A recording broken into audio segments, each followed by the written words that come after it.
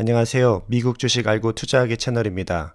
현재 시장은 팬데믹 사태로 인해서 실물 경제가 안 좋음에도 불구하고 주식 시장은 모든 지수들이 전 고점을 뚫고 달리고 있습니다. 나스닥은 이미 지난 6월에 팬데믹 사태 이전의 전 고점을 뚫고 한참 올랐고 S&P 500도 이미 9월에 전 고점을 넘어섰고 다우존스도 백신 뉴스와 함께 코로나 피해주들의 주가가 급상승하면서 11월에 전 고점을 넘어섰습니다. 현재 미국은 코로나 바이러스 케이스가 계속해서 늘고 있고 입원 환자의 숫자가 이미 지난 1차 팬데믹의 입원 환자의 숫자를 11월 초에 넘어섰고 그 숫자는 계속 빠르게 늘고 있어 많은 병원들이 포화에 가까워오고 있습니다. 병원들이 포화가 되면 그만큼 환자의 치료가 정상적으로 이루어지지 못하게 되고 그럼 환자의 치사율은 늘어나게 됩니다. 그리고 이번 추수감사절에 꼭 필요하지 않는 이동은 자제해달라는 미 질병관리본부의 당부에도 불구하고 많은 사람들의 이동이 있었습니다. 많은 미국인들이 오랜 시간 동안 이동과 여행이 제한이 되어 왔어서 이제는 더 이상은 집에만 있을 수 없다는 분위기입니다. 그래서 사상 초유의 코로나 케이스의 증가에도 불구하고 계획했던 여행을 감행한 듯 보입니다. 추수감사절 전날에 110만 명의 여행객이 공항 검색대를 지났고 이는 지난 3월 이후 최고의 수준이고 지난 일주일 동안 무려 700만 명의 여행객이 공항 검색대를 지나갔다고 각종 뉴스들이 보도하고 있습니다. 이렇게 되면 추수감사절 이후에 코로나 확진자 수는 더 크게 증가할 것으로 예측이 되고 있습니다. 하지만 현재 시장의 분위기는 파이저 그리고 모더나의 백신 뉴스로 인해서 코로나 상황의 악화라는 악재를 무시하고 계속 상승하고 있습니다. 시장은 원래 이렇게 긍정적인 모멘텀을 타면 악재를 무시하고 오르는 경우가 많습니다. 하지만 문제는 이 모멘텀은 언제든 바뀔 수 있고 그 모멘텀이 사라지는 순간 그동안 무시해오던 악재들이 시장에 영향을 끼치기 시작할 수 있습니다. 코로나 사태의 악화로 이미 과열되어 보이는 주가는 다시 하락할 수 있고 현재 필요한 경기 부양책 개시연 그리고 기관들의 수익 실현과 월말 리밸런싱을 위한 주식의 매도로 인해서 시장의 큰 하락 조정을 예측하는 전문가들도 있지만 또 다른 전문가들은 백신 뉴스와 함께 앞으로 내년 상반기까지 계속적인 상승세를 탈 것이라고 예측하고 있습니다. 현재 시장의 탐욕 지수를 보면 극도로 높게 올라가 있는 것을 볼 수 있습니다. 지난 몇 년간의 주식시장의 흐름을 보면 탐욕지수가 최정점을 찍었을 때 주가의 하락이 있었음을 알 수 있습니다. 이런 때일수록 우리는 워런 버핏이 한 말을 기억해야 할 것 같습니다.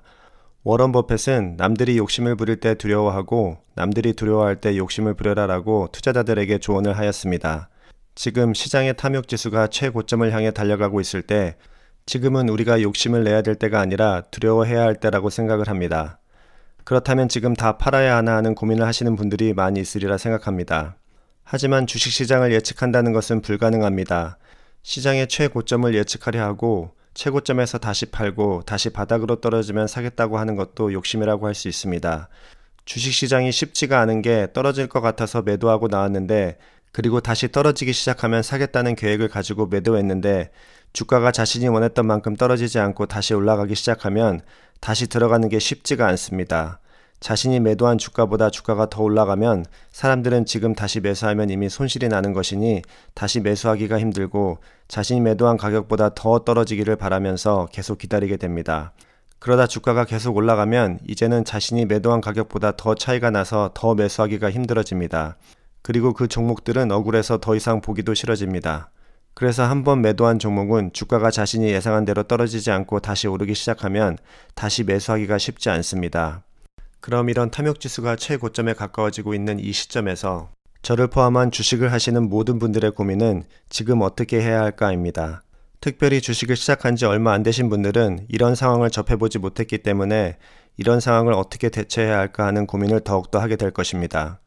그래서 사람들이 요즘 같은 시기에 가장 많이 하는 질문들이 앞으로 주식시장이 더 올라갈 것인지 아니면 다시 폭락할 것인지에 대한 질문이고 이에 대한 여러 전문가들의 의견을 들어보려고 합니다.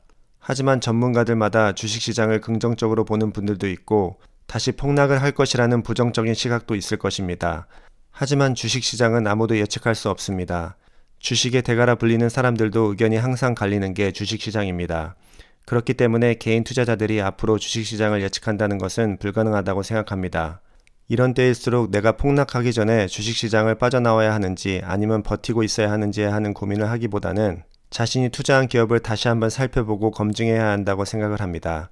그리고 내가 투자한 기업들이 앞으로 일주일 안에 또는 한 달 안에 주가가 떨어질 것인가를 고민하는데 많은 시간을 투자하기보다는 내가 투자한 기업에 대해 다시 공부하고 장기적인 관점에서의 나의 투자 가설을 다시 한번 검증하고 확인하는 데 시간을 투자해야 한다고 생각합니다. 그리고 주식시장이 폭락하기 전에 다 빠져나온다는 욕심을 부리다가는 주식시장이 폭락하지 않고 계속 상승하게 되면 투자자들은 포모 때문에 엄청난 스트레스를 받게 됩니다. 포모의 스트레스는 주식이 폭락할 때의 스트레스만큼 클 수 있습니다. 특히 주식이 계속 오르면 오를수록 그 스트레스는 더 커집니다.